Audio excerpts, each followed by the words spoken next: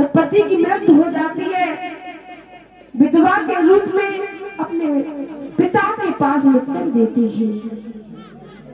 जब पिता के पास में चली हैं दोनों पत्नियां, पिता का नाम था जरासिंध। जरासिंध की सभा में दोनों बेटी पहुंच जाती है, अपने पिता के दरबार में पहुंची और कहने लगी, पिताजी आप तो यहाँ पर चैन की निद्रा पान कर रहे हो, अरे चैन से जा रहे हो, तुम्हें पता नहीं है उस वृंदावन के कन्हैया ने हमारे पति का वध कर दिया। जैसे ही मेरे भैया इतनी बात जरासिंध ने सुनी तो कहने लगा, बेटियों तुम चिंता मत करो, उस कन्हैया को तुम्हें अभी मना लूंगा। तो आज जरासिंध ने सारी सेना को तैयार किया और तैयार करने के बाद में मथुरा पर चढ़ाई कर देता है। जैसे मथुरा पर चढ़ाई करी तो भगवान कन्हैया जरासिंध की सेना को परास्त कर दिया। जरासिंध की सेना भगवान कन्हैया के सामने टिक नहीं पाई और चली जाती है। जरासिंध हार मान करके वापस लौट जाता है। मेरे भैया जैसी जरासिंध की सेना वापस गई तो जरासिंध लज्जित होकर के चला जाता है अपने राज्य के लिए। लेकिन जरासिंध एक बार कालिया वन को लेकर के आया। कालिया वन बहुत बलवान था, उसको लेकर के वो जरासिंध आया और कहा कि तुम भगवान कन्हैया से युद्ध करो और उस कन्हैया को मार करके मेरे सामने लाओ, इसने मेरे दामाद को मारा है। मेरे भैया जैसे इतनी बात सुनी तो कालिया वन चल देता है और जब कालिया वन चला है तो भगवान कन्हैया से युद्ध होने लगता है। लेकिन भगवान कन्हैया उस कालिया वन के सामने टिक नहीं पाए और चल देते हैं। जैसे कालिया वन में और भगवान कन्हैया में युद्ध हुआ तो भगवान कन्हैया उस रण को छोड़ करके भागने लगते हैं। तभी से भगवान कन्हैया का नाम पड़ गया रणछोड़। बोलिए रणछोड़ भगवान की। तो मेरे भैया कन्हैया भागते चले जा रहे हैं, भागते चले जा रहे हैं और वो कालिया वन भगवान कन्हैया के पीछे पड़ा हुआ है। आगे चल करके भगवान कन्हैया एक गुफा में घुस जाते हैं।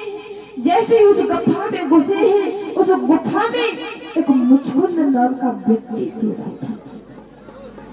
मेरे भैया उस व्यक्ति को सोते हुए भगवान ने देखा तो अपना पीताम्बर लिया, उस मुचकुंद नाम के व्यक्ति के ऊपर डाल दिया और भगवान कन्हैया अंदर गुफा में घुस जाते हैं। जब भगवान कन्हैया अंदर घुसे और इधर कालिया वन पीछे पड़ा हुआ है, वो भी उस गुफा में घुस जाता है।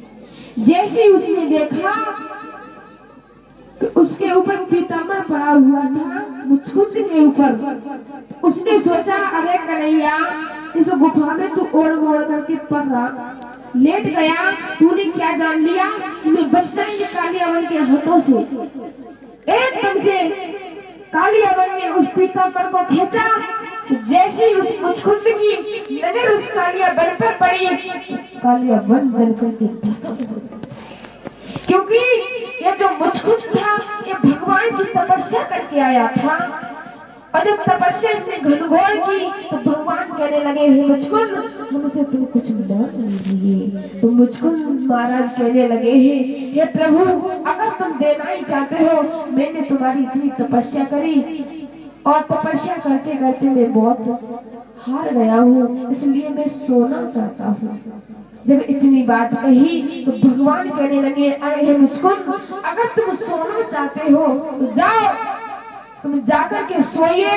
अगर तुम्हें कोई कच्ची नींद जगा देगा और जैसी तुम्हारी नजर उस पर पड़ेगी वो जल करके भस्म हो जाएगा। जैसी मेरे भैया उस कालिया वन ने पीताम्बर को खींचा, जैसी मुचकुंद की नजर पड़ी तो कालिया वन जल करके भस्म हो जाता है। बोले बाके बिहारी लाल की। आज मेरे भैया जब कालिया बन जलकर के भस्म हुआ और इधर जो जरासंध की सेना भगवान कन्हैया से नहीं टिक पाई तो भगवान कन्हैया जरासंध के सामने भगवान कन्हैया भी कम नहीं पड़े और जरासंध 27 बार आक्रमण कर चुका था मथुरा पर। तो भगवान कन्हैया ने सोचा ये जरासंध बार बार आक्रमण कर रहा है, क्यों ना मैं दूसरी नगरी अपनी बसा ले, उस नगरी में मैं अपने सब ग्वाल वालों को रखे और प्रेम पूर्वक में रहे। तो भगवान कन्हैया ने एक नगरी का निर्माण कराया जिस नगरी का नाम है द्वारिका। उस द्वारिका का निर्माण कराया और सारे मथुरा वासियों को उस द्वारिका नगरी में बसा लिया।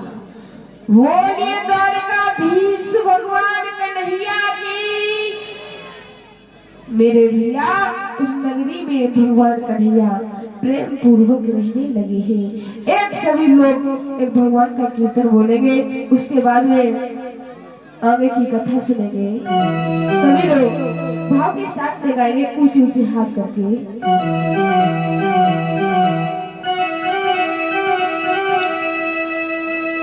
ऐसा चक्र चलायो रे, सभी लोग ऊंचे ऊंचे हाथ करके गाएंगे कि ऐसा चक्र